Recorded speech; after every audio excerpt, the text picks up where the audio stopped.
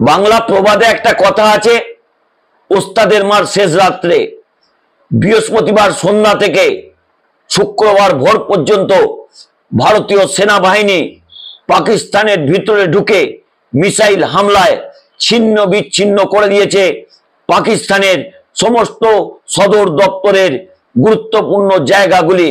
এর সঙ্গে ভারতের আরো বড় সাফল্য, পাকিস্তানের চীন থেকে আনা 3টি যুদ্ধ বিমান, তার মধ্যে রয়েছে F-16 একটি এবং JF-17 দুটি যুদ্ধ বিমানকে, যেগুলো চীন থেকে আনা হয়েছিল, সেগুলো ভারতের আকাশে তাদের মাটিতে নামানো হয়েছে।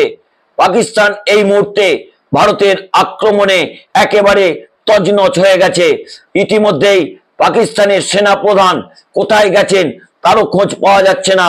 নতুন সেনাপ্রধান হিসেবে দায়িত্ব নিচ্ছেন নতুন একজন। অন্যদিকে পাকিস্তানের প্রধানমন্ত্রী সেই কাঠের পুতুল কোথায় গেলেন তা নিয়েও কিন্তু প্রশ্ন উঠতে শুরু করেছে।